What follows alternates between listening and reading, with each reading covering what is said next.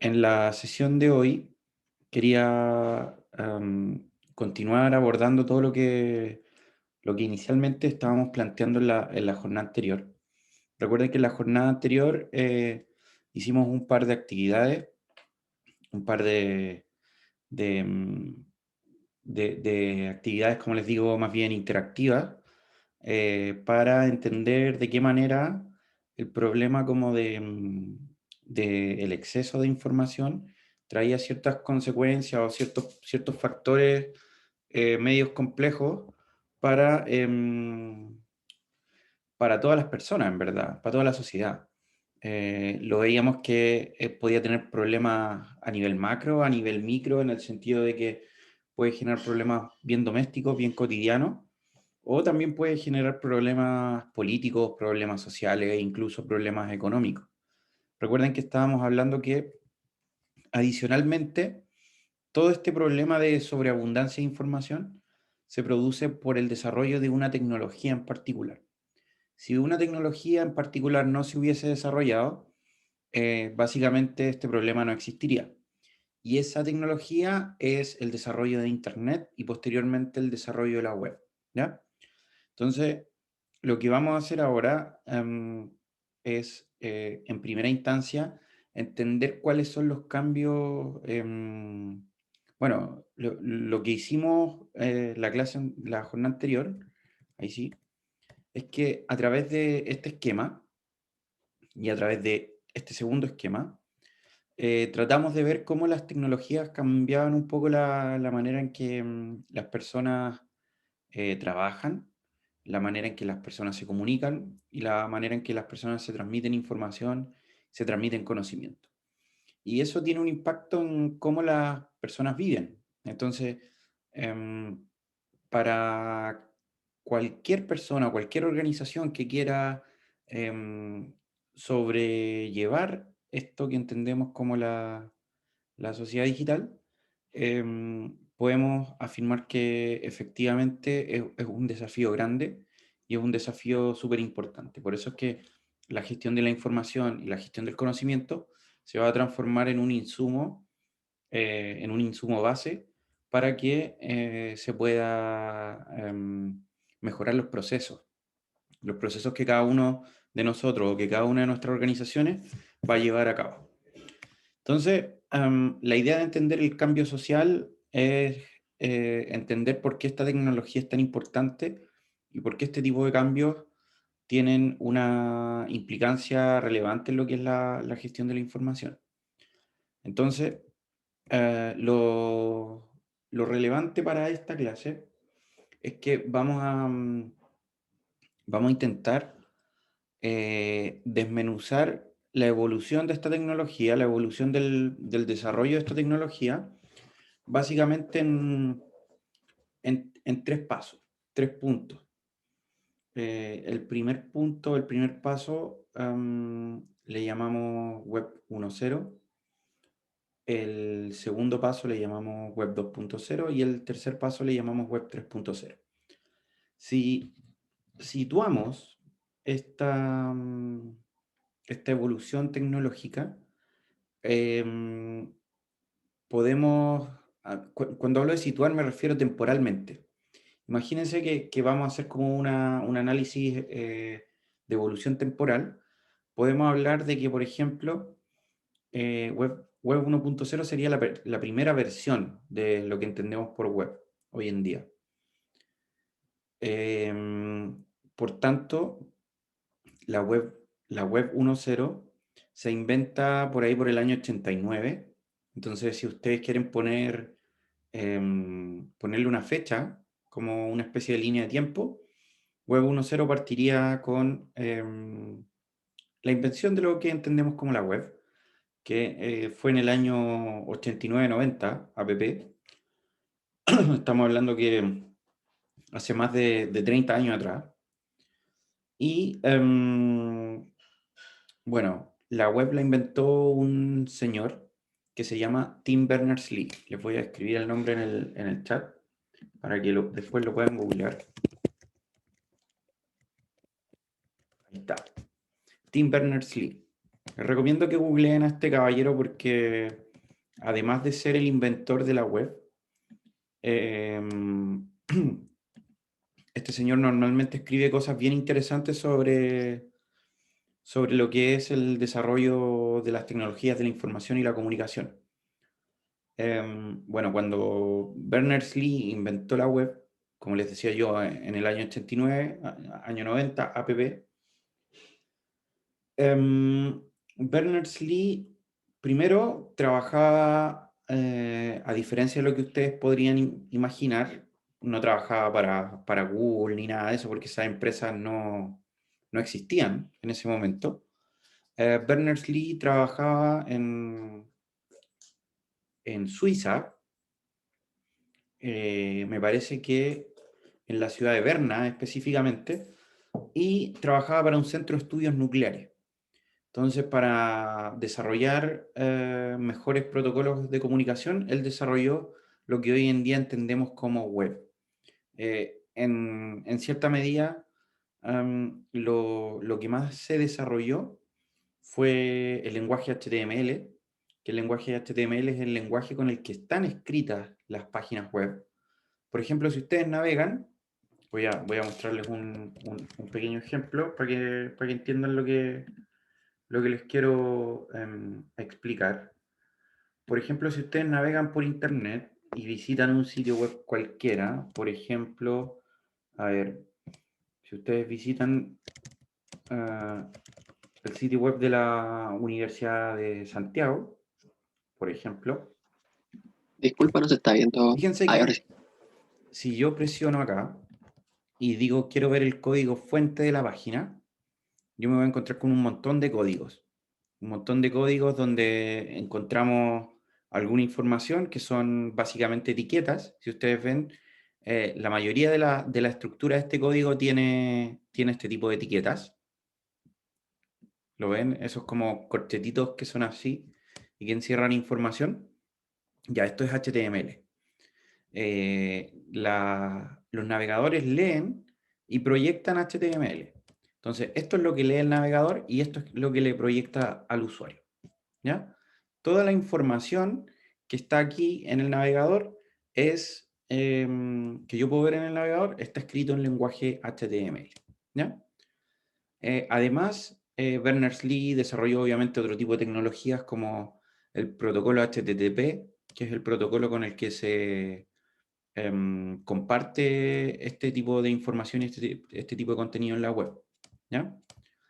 Em, ¿Qué otra cosa importante considerar al momento de hablar de Web 1.0? Que, bueno, Berners-Lee, en uno de sus libros, que se llama Tejiendo la Red, tiene algunos capítulos súper súper interesantes. Berners-Lee dice, cuando yo desarrollé la web, mi principal objetivo no era conectar computadores. El, el- el principal objetivo de la web no era conectar computadores entre sí para que se puedan transmitir información. El principal objetivo de la web era conectar personas, ¿ya? Por eso es que Berners-Lee dice que el desarrollo de la web es ¿cómo se llama? Es una invención, una creación, o también puede ser un desarrollo absolutamente social, que tiene un impacto tremendamente social.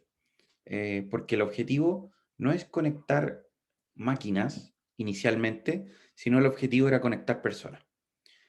Por eso él tiene uno de los capítulos de su libro, que se llama Tejiendo la Red, se llama Una red de personas, justamente porque el objetivo era más que nada que las personas se pudieran interconectar. ¿Ya? Ahora, posteriormente vamos a hablar de una segunda etapa de lo que es el desarrollo de estas tecnologías, de lo que podríamos hablar como Web 2.0.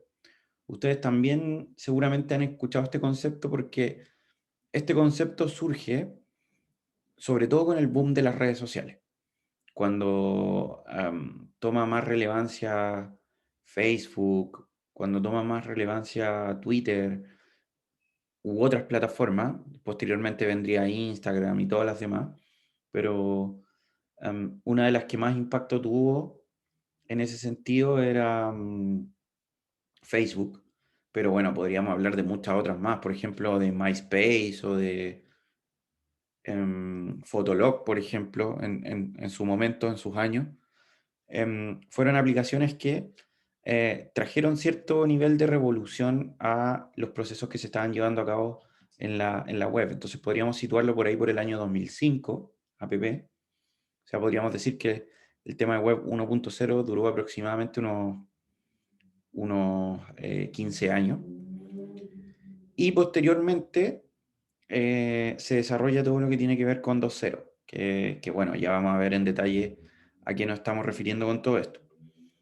Y posteriormente viene la etapa 3.0, y en esta etapa, temporalmente, podríamos situarla por ahí por el año 2000, les dije 2005, podríamos situarla por ahí por el año 2012, 2015, por ahí.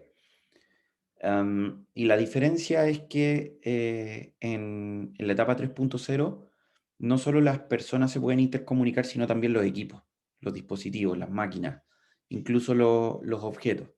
Y esto trae ciertos cambios en los patrones de cómo las personas se comunican y cómo las personas se comparten información y se comparten conocimiento.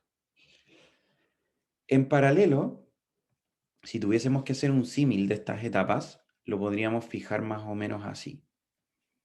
Es decir, Web 1.0 sería sinónimo de Internet del contenido. La etapa 2.0 sería sinónimo de Internet de las personas.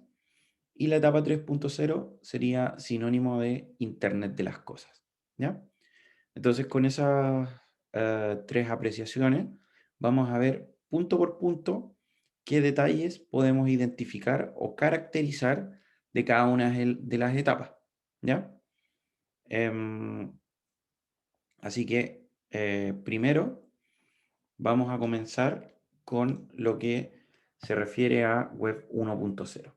Bueno, así que vamos a comenzar con esta etapa inicial.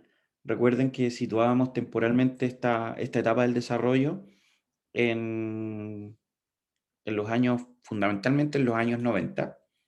Entonces, bueno, quizá ustedes todavía no habían nacido en los años 90, pero piensen en que en ese tiempo estaba recién surgiendo Internet.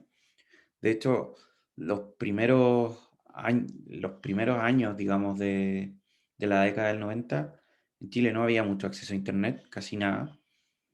Y posteriormente las empresas empiezan a tener un mayor acceso a Internet, pero las personas difícilmente tenían acceso a Internet hasta por el año 2000 más o menos, que se empieza un poco a masificar eh, paulatinamente, obviamente. La tecnología era diferente, de hecho, uno se conectaba a Internet a través del cable telefónico, e incluso en esos años se vendían tarjetas de prepago de Internet.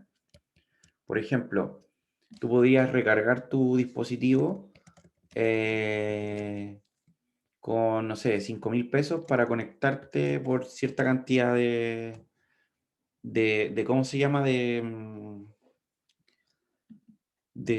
Por una cantidad de megas o lo demás, y eso permitía en el fondo, a través de un prepago, como por ejemplo uno lo hace ahora con los teléfonos, un prepago así como de minutos y todo lo demás, conectarse a Internet. Entonces era un tema bastante diferente a lo que vemos hoy día. Eh,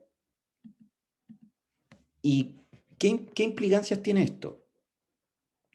En resumen, con lo que yo les estoy planteando, eh, consideren primero que las personas tienen poco acceso a Internet. No todas las personas tienen acceso a Internet. Y además, quienes diseñan o producen información en Internet son aún menos. O sea, antes para hacer web, para hacer un sitio web o para desarrollar información, para publicar información en Internet, tenías que ser un programador o un experto en diseño web. Por tanto, tenías que saber escribir código HTML o escribir otro tipo de lenguaje de programación que estuviese operativo, funcionando en ese momento. Entonces, ¿qué ocurre? Que como eran pocos las personas que podían desarrollar contenido en Internet, las empresas contrataban a estas personas o los grandes medios de comunicación, por ejemplo, y podían hacer sus propios sitios web e informar a las personas, digamos, de esa manera. ¿Y qué implica esto? Una red de comunicación centralizada. ¿Por qué centralizada? Porque solo las personas que tenían el dinero o solo las personas que tenían la posibilidad de producir web eran capaces de crear un sitio web, no cualquier persona. Entonces, ¿qué implica esto? Que, por ejemplo, los grandes medios de comunicación podían publicar información en la web y las personas que tenían acceso a Internet podían consultar esta información. Por otro lado, o más bien, ¿qué características desprendemos de esto? A ver, voy a sacar un poquito esto. Que estos usuarios que ustedes ven aquí, todos estos usuarios que ustedes ven aquí se están conectando a Internet, están consumiendo la información que este señor está generando. Pero no hay ninguna posibilidad de que este señor consuma la información que está produciendo, por ejemplo, esta persona. ¿Ya? Entonces, por eso es una red centralizada, donde los contenidos que se publican los genera solo un individuo y el resto son solo consumidores de información. ¿Ya? Por tanto, lo podemos resumir en 3 puntos. Lo primero es una red centralizada. Lo segundo, los contenidos los emana un nodo central, es decir, la persona que está generando y produciendo información porque es el técnico que lo hace. Y lo tercero, son que el resto de los usuarios son meros receptores de información. No son capaces de, mm, de producir información. ¿Ya? Otra de las características que podemos identificar en esta etapa es, por ejemplo, que las tecnologías son costosas. Es decir, no cualquier persona se puede comprar un computador en este tiempo, ni un dispositivo tecnológico, porque no existían los celulares conectados a Internet ni ningún otro dispositivo conectado a Internet. Y además, el acceso a Internet era muy costoso. ¿Ya? Entonces, no cualquier persona podía conectarse a Internet. ¿Qué implica esto? Que habían grandes brechas de acceso a la tecnología. Es decir, poca gente con acceso a tecnología y mucha gente que aún no tenía acceso a esta tecnología. ¿Vale? Entonces, así pasamos más o menos unos 10 o 15 años con esta lógica. Si ustedes quieren ver, por ejemplo, cómo eran los sitios web de antes, pueden visitar un sitio web que se llama... Denme un segundito. Ahora estoy entrando. Este sitio web que se llama Internet Archive, archive.org. Entonces aquí ustedes pueden buscar, este es como el archivo de la web. Entonces ustedes pueden buscar, por ejemplo, el sitio web de EMOL. Y cuando ustedes buscan EMOL, fíjense que hay artículos de 2017, 2016, 2015, pero en principio nos podríamos encontrar, por ejemplo, con artículos del Mercurio, por ejemplo, del año 96. Entonces, si aplicamos el filtro, voy a poner el Mercurio por la tercera, no recuerdo bien qué medio podíamos encontrar acá, pero era uno de ellos. Ustedes podían encontrar efectivamente contenido del sitio web, por ejemplo, del año 90, del año 2000 o qué sé yo. Y ustedes al visualizar el diseño se dan cuenta que el diseño era muy, muy distinto, ¿ya? Había poca interacción, uno solo podía leer información en internet, no podía, esto de dar me gusta, que ahora está súper común en todos los sitios web, no se podía hacer previamente, ¿ya? Hasta aquí, ¿hay alguna consulta? ¿No? Bien. Entonces, vamos a pasar a la... Ahí sí. Vamos a pasar a la segunda etapa, que la segunda etapa recuerden que la llamamos Web 2.0. Esperen que no sé si estoy con el micrófono activo. Ahí sí. Ya, perfecto. Ya, para intentar caracterizar esta etapa, que recuerden que la situábamos por ahí por el año 2005 en adelante más o menos, es decir, cuando las personas, cuando empieza el boom de las tecnologías que permiten una mayor interacción, ocurren varias cosas. Primero, la tecnología empieza a bajar de costo. ¿Qué implica que la tecnología empiece a bajar de costo? Que muchas más personas podían adquirirla, acceder a la tecnología. Entonces, como muchas personas pueden acceder o adquirir la tecnología, esto implica que la tecnología se empieza a masificar. Como la tecnología se empieza a masificar, nos encontramos con que muchas más personas tienen acceso a Internet, muchas más personas tienen acceso a dispositivos y muchas más personas aprenden a usarlo también.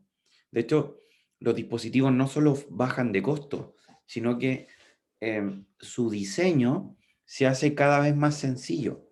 Las personas no tienen que leerse un manual para aprender a usar un computador. Las personas no tienen que leerse un manual para aprender a usar su teléfono celular. ¿O ustedes cuando se compraron su último teléfono, se leyeron el manual para aprender a usarlo? No, ¿cierto? Porque hay un mayor desarrollo cultural, hay un mayor interacción con las tecnologías y además el diseño de las tecnologías está hecho para que las personas puedan aprender a utilizarlo fácilmente. Entonces nos encontramos con ese escenario donde las personas tienen un mayor acceso a la tecnología, tienen una mayor interacción entre ellas y para describir este fenómeno, fíjense lo que ocurre a continuación. En, en la, en la fotografía está la selección española levantando la Eurocopa, me parece que esto es como del año 2004, por ahí. Es decir, estamos hablando como hace unos 15, 16 años atrás. Y fíjense, lo destacado de de esta fotografía es que en ese tiempo todas las personas que están ahí encerradas en un circulito están con algún tipo de dispositivo electrónico o dispositivo tecnológico tomando una fotografía, capturando el momento. Y esto es tremendamente revolucionario porque ustedes dirán, ¿por qué esa persona está con el celular o con la cámara o con lo que sea tomando la fotografía desde esa perspectiva? Si posteriormente podía entrar, por ejemplo, a terra.cl o a terra.es o qué sé yo, y bajar esta fotografía, ¿ya? Que seguramente va a tener mucha más calidad que la fotografía que está tomando la persona ahí atrás. O sea, la perspectiva es mucho mejor. 2008 me precisa Cristóbal. Muchas gracias por la fecha. Entonces, fíjense que esto trae un cambio en relación a lo que yo les estaba planteando previamente. Nos trae un cambio importante. ¿Por qué? Porque a diferencia de lo que yo les estaba planteando acá, donde los usuarios son meros receptores de contenido y meros receptores de información, en este escenario nosotros nos damos cuenta que la gente ya no quiere ser solo receptor. Yo no quiero solo ver las fotos que me sube el diario. No quiero ver las fotos que me sube el canal oficial de el cantante que me gusta o de... No, lo que yo quiero es yo generar mi propio contenido, generar mi propia información. Entonces, la gente va a un concierto o iba a un concierto cuando se podía y las personas se ponen a sacar fotos, a grabar videos. Y no solo a sacar fotos y a grabar videos, sino también a compartirlo en un canal específico, que son sus redes sociales o que puede ser su propio blog o lo que sea, para que otras personas lo puedan ver. Entonces, esto trae un cambio súper relevante. Y es algo que planteaba un sociólogo del que hablamos la clase pasada, que es Alvin Toffler, un sociólogo norteamericano. Y este señor, Alvin Toffler, lo que hace en el fondo es, o lo que hizo en su momento, es decir, el desarrollo tecnológico va a traer unos cambios importantes. Y estos cambios importantes, estos cambios relevantes, van a traer un desafío súper súper complejo, donde las personas no solo son consumidoras, sino también son productoras de información. Entonces, ¿qué quiere decir un prosumidor? Un prosumidor es aquel actor en este entorno informativo que es capaz de producir y de consumir información. ¿Ya?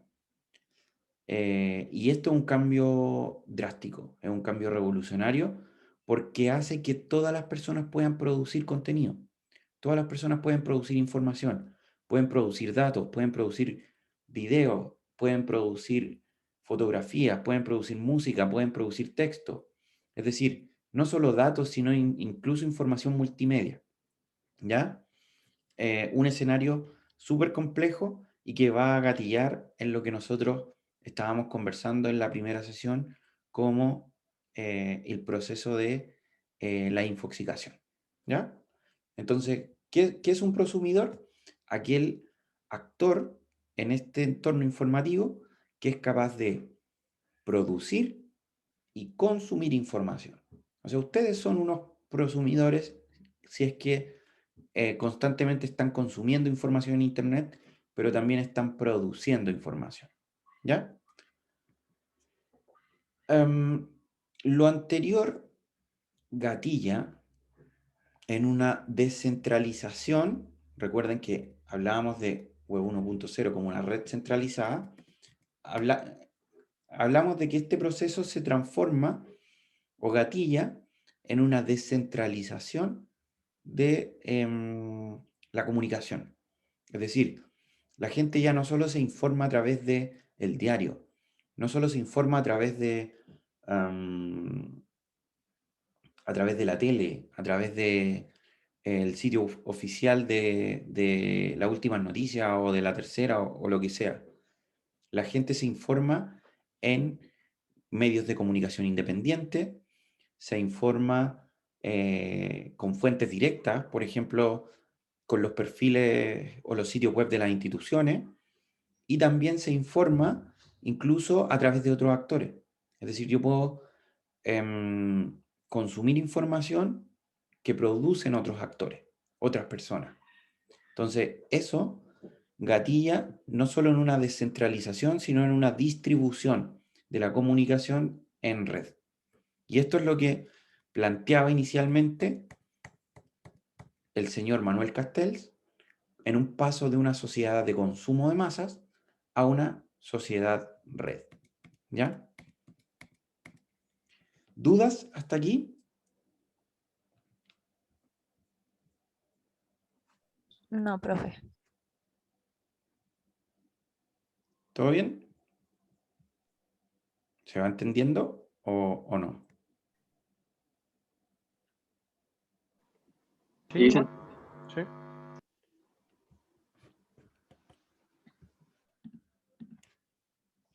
Vale, muchas gracias, Camila. Vamos a continuando la caracterización de lo que entendemos por Web 2.0, nos vamos a dar cuenta que también tiene otras características, y otras características son importantes, son relevantes que podamos analizar. Por ejemplo, la primera característica que vamos a analizar es el concepto de ubicuidad. Es un concepto súper relevante porque la ubicuidad es una característica de algo que puede estar en todas partes, ¿ya? Por ejemplo, la ubicuidad es sinónimo de omnipresencia. Entonces, ¿qué quiere decir esto? Que en esta etapa la web está en todas partes. Antes, por ejemplo, si tú querías consultar web, tenías que hacerlo desde un computador de escritorio conectado a un punto de red, y esto lo podías hacer solo de forma estática, no lo podías hacer en movilidad. En cambio, por ejemplo, con la característica de ubicuidad, es decir, que hay web en todos lados, ustedes, por ejemplo, pueden ir en el metro revisando sus redes sociales. ¿Por qué? Porque la ubicuidad, es decir, el acceso a Internet, como está en todas partes a través del desarrollo de las tecnologías de red móvil, permite a la gente consumir contenido en movilidad, ¿ya? Y esto es tremendamente revolucionario porque antes, como yo les decía, la gente solo podía consumir información digital de forma estática. Ubicuidad, ¿qué permite? Permite consumo de información en movilidad. Y de hecho, no solo permite consumo de información en movilidad, sino también permite producción de información en movilidad. Es decir, voy caminando por la calle, chocan dos autos. Yo puedo tomar una fotografía y puedo compartir esa información en Internet inmediatamente. Es decir, no solo puedo consumir información en movilidad, sino también puedo producir información en movilidad. Y esto es revolucionario y trae un montón de cambios.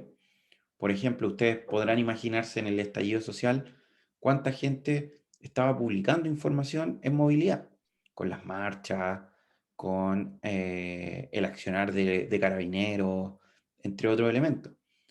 Al existir ubicuidad y al existir movilidad, esto permite que, por ejemplo, la gente pueda grabar situaciones en marcha o grabar situaciones digamos, en escenarios públicos donde antes no se podía, ¿ya? Em, y esto hace que se pueda producir información tan sencilla como, por ejemplo, alertar de presencia policial utilizando el Waze. Por ejemplo, no sé, hay control en la Alameda, y como yo notifico que hay control en la Alameda a la altura de Santa Rosa, otros usuarios pueden consumir esa información e incluso pueden validarla. Pueden decir, sí, efectivamente hay control en la Alameda, ¿ya?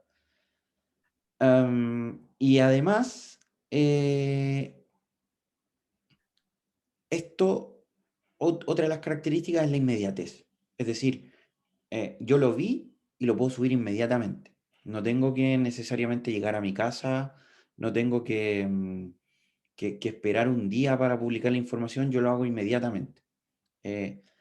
Y de hecho, da la sensación de que si tú no lo haces primero, otra persona lo va a hacer por ti, y esto genera una suerte de competencia informativa, lo cual trae ciertos problemas también. Por ejemplo, al hablar de inmediatez, podemos decir que incluso los medios de comunicación compiten entre sí.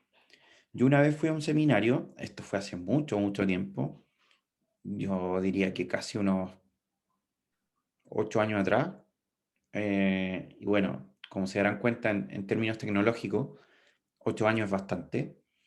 Hace unos 8, entre 10 y 8 años atrás, fui a un congreso que organizó TVN. Y bueno, había un tipo que estaba a cargo del portal web de la radio cooperativa. Y justo en ese tiempo, esto tiene que haber sido como en enero de 2010, por ahí más o menos. Pero bueno, ustedes podrán verificar la fecha porque fue cuando se murió Sandro. Sandro estaba muy enfermo, me imagino que conocen a Sandro. eh, y Sandro estaba muy enfermo y estaba a punto de morir, en verdad. Entonces, el tipo del portal de cooperativa tenía todo diseñado, el sitio web donde, o la página web más bien, donde iban a informar sobre la muerte de este cantante. Todavía no se moría, pero el tipo ya lo tenía todo listo. Faltaba poner la fecha nomás, la fecha de función. Y él decía, hoy en día lo digital te exige inmediatez. O sea, pasó y tienes que publicarlo. Porque si no, otra fuente se te va a adelantar. Y tú vas a perder la primicia, vas a perder la relevancia y la influencia que te puede dar ser el primer actor en informar a otros sobre algo, ¿ya? Y esto hoy en día se traduce en me gustas, en retweets, en compartir y muchas otras métricas a las que nos enfrentamos. Pero esto también trae un problema, porque la inmediatez te restringe en el ámbito de la validación de fuente. Por ejemplo, a Gustavo Cerati lo mataron un montón de veces antes de que realmente muriera. Y a Chávez y a muchos otros. Entonces, la inmediatez se transforma en cierta medida. Denme un segundito.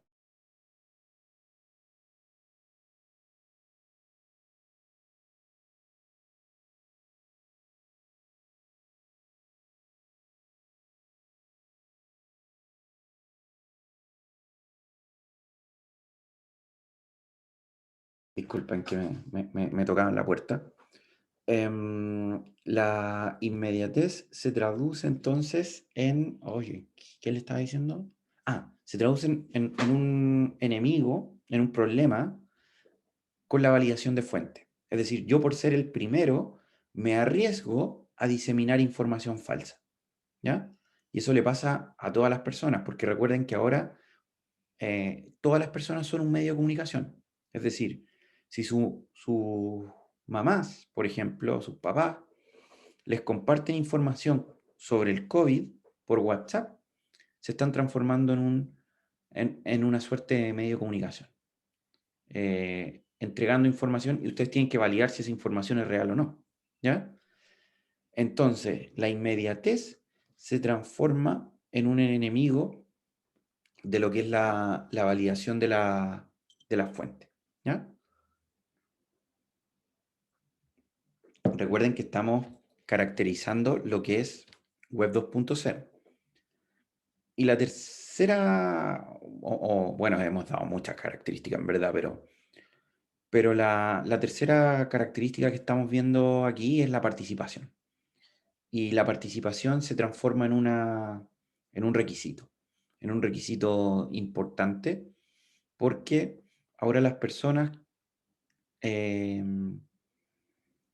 son activas solo en los lugares donde son capaces de participar. Por ejemplo, hoy en día todos los medios de comunicación dejan espacios para que las personas comenten o para que las personas compartan. O por ejemplo, las tiendas tienen espacios para que las personas recomienden los productos o los critiquen o le pongan 5 estrellas o 4 estrellas. Eso es un mecanismo de participación.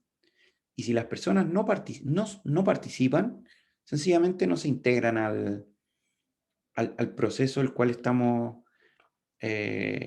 al cual nos estamos refiriendo. Entonces, fíjense que incluso los medios de comunicación tradicionales han entendido esto y han tenido que cambiar su estilo. Porque, por ejemplo, en la tele están leyendo los mensajes de Twitter, los mensajes de Facebook, los mensajes de WhatsApp. En la radio, lo veíamos la semana anterior. La radio ahora te dice, Radio ADN, coméntenos sus apreciaciones del partido del fin de semana. Y se escuchan todas las personas que quieren dejar un comentario.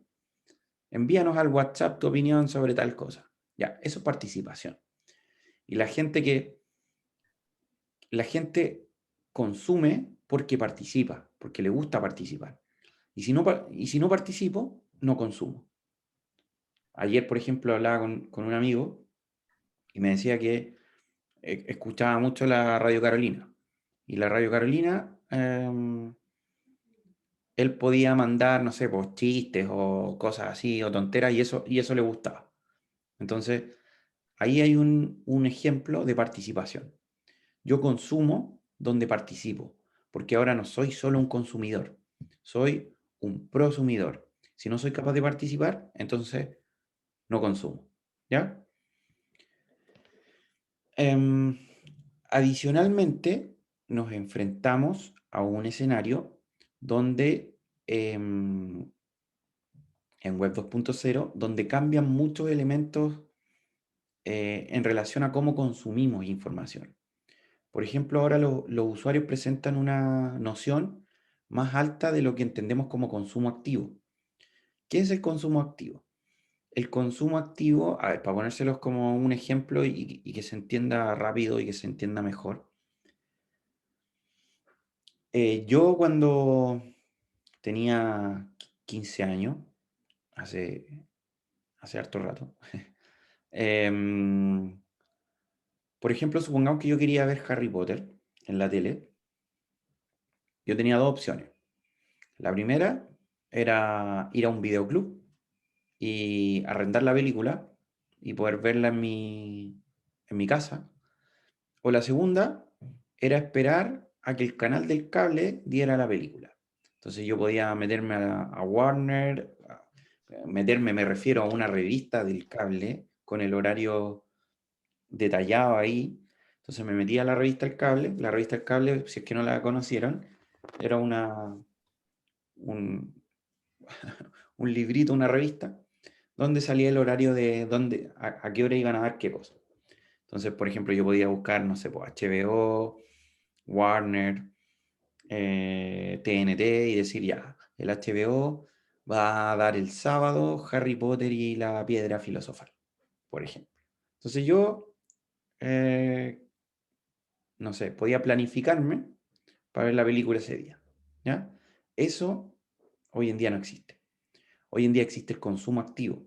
Es decir, las personas ven cuando quieren ver y las personas consumen cuando quieren consumir. ¿Por qué? Porque ahora existe Netflix, existe Amazon Prime, existe el Disney Plus, y si no, existe Cuevana, existen los torrent, existen todas estas aplicaciones que nos permiten incluso piratear o bajar los contenidos, ¿ya? Yo no tengo que esperar a que un canal me diga a qué hora ver qué cosa. Yo en internet llego, lo busco y lo bajo, o llego a la plataforma específica donde puedo verlo a la hora que yo quiera, en el momento que yo quiera y en la situación que yo quiera. Eso es un consumo activo. Y con la música pasa exactamente lo mismo. Por ejemplo, yo cuando tenía 15 años, volviendo también al mismo ejemplo, tenía dos opciones. Comprarme el CD, comprarme, si me pongo un poco más old school, comprarme el cassette, o por ejemplo, lo que hacíamos mucho antes era grabar en un cassette virgen las canciones que sonaban en la radio. Y así las canciones que nos gustaban cuando la tocaran, la grabábamos y la escuchábamos. Eso ahora no pasa.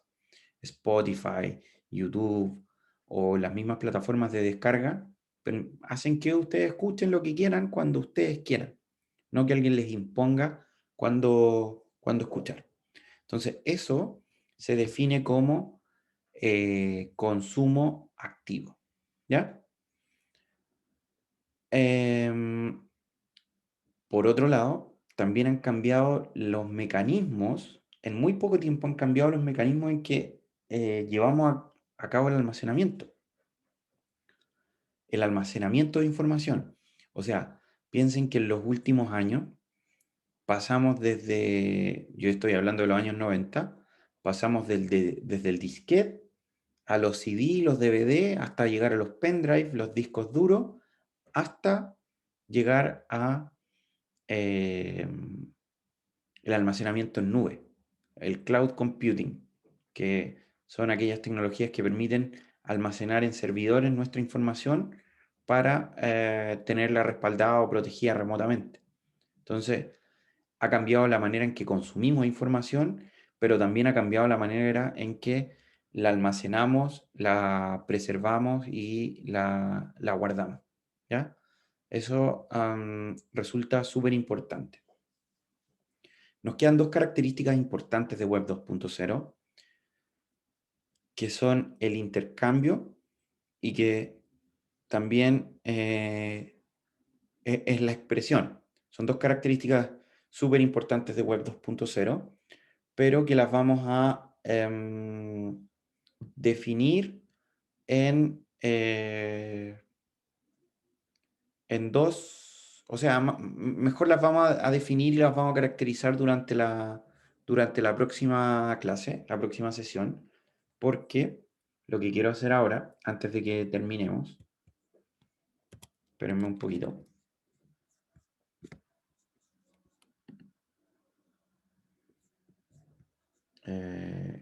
Un segundito, estoy en proceso.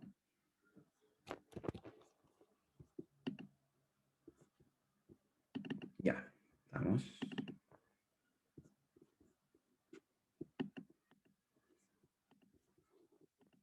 Bien, vamos a articular los grupos.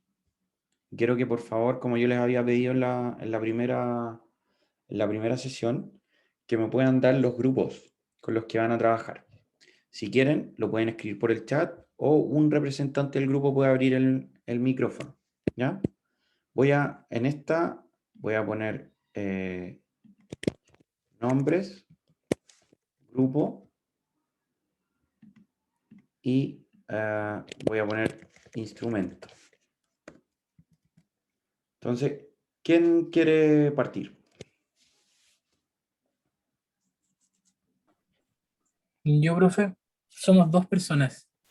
Yo, Daniel Salas y Polet Donoso. Pueden escribirlo en el chat si es que no quieren abrir los micrófonos. Está bien, no se preocupen.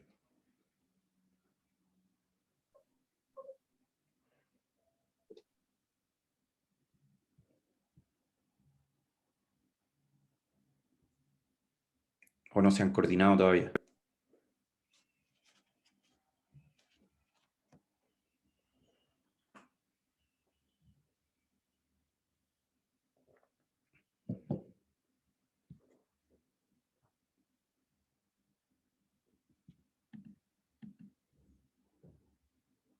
Tengo apagado el parlante, chuta. Perdón, a ver. Espérenme un poquito.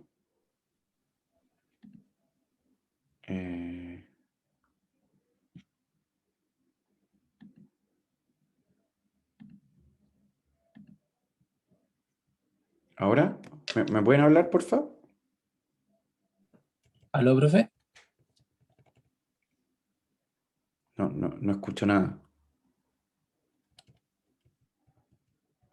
Pero tengo el volumen máximo.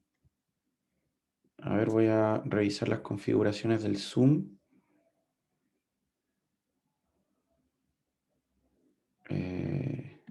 Profe, ¿me escuchan? Sí, yo a ustedes no los escucho. Ustedes me escuchan, pero yo a ustedes no. A ver.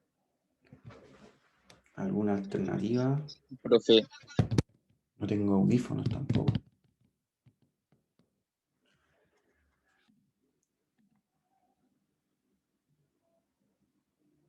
Ustedes sí se escuchan y yo no. A ver, ¿qué podemos hacer? ¿Qué tendrá de malo mi computador?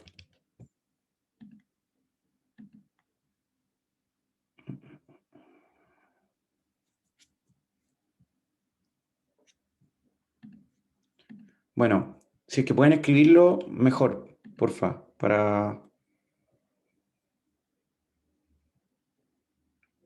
Brian y Javiera van a hacer un video. Perfecto. Brian San Martín y Javiera Gutiérrez. Vamos a ponerle grupo 1, video. Daniel Salas con Polet Donoso, grupo 2, video.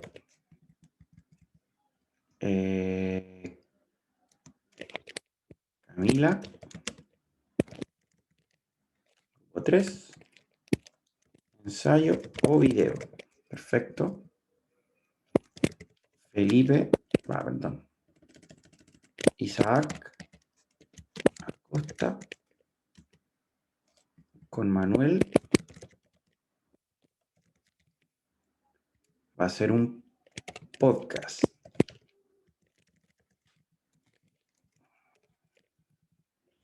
Felipe,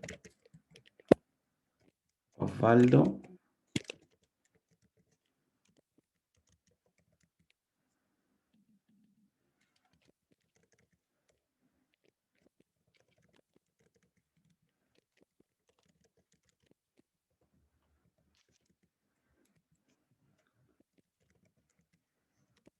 Daniela Díaz. Este va a ser el grupo 5 podcast.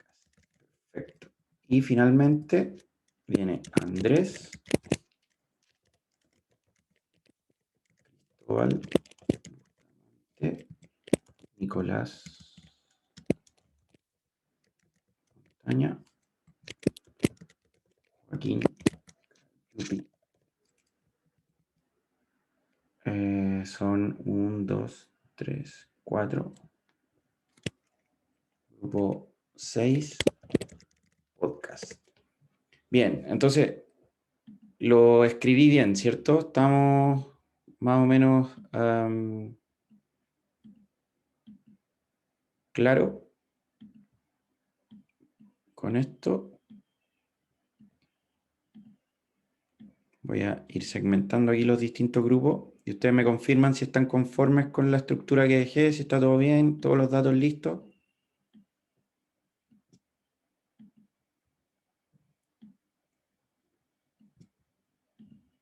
Ya, estaríamos ahí entonces con los grupos. Para la próxima clase voy a revisar bien mi configuración de audio para que podamos conversar más, porque a lo mejor incluso me interrumpieron y no me di cuenta. Chuta, les pido disculpas en ese caso. Y bueno, voy a revisar esa configuración y con esto tenemos más o menos lista la estructura. Ahora yo recuerdo que un grupo me había dicho que querían ser 5. Ah, Nicolás, perdona. Perdona, Nicolás, que como tengo malo el audio, no te pude escuchar. Pero lo voy a revisar para la próxima clase. Nicolás, cuéntame. Querían ser 5, pero...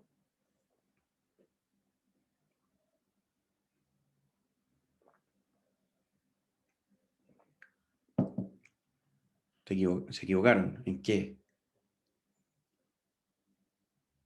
Ah, vale, vale. Perfecto. No, entonces estamos ok. Bien.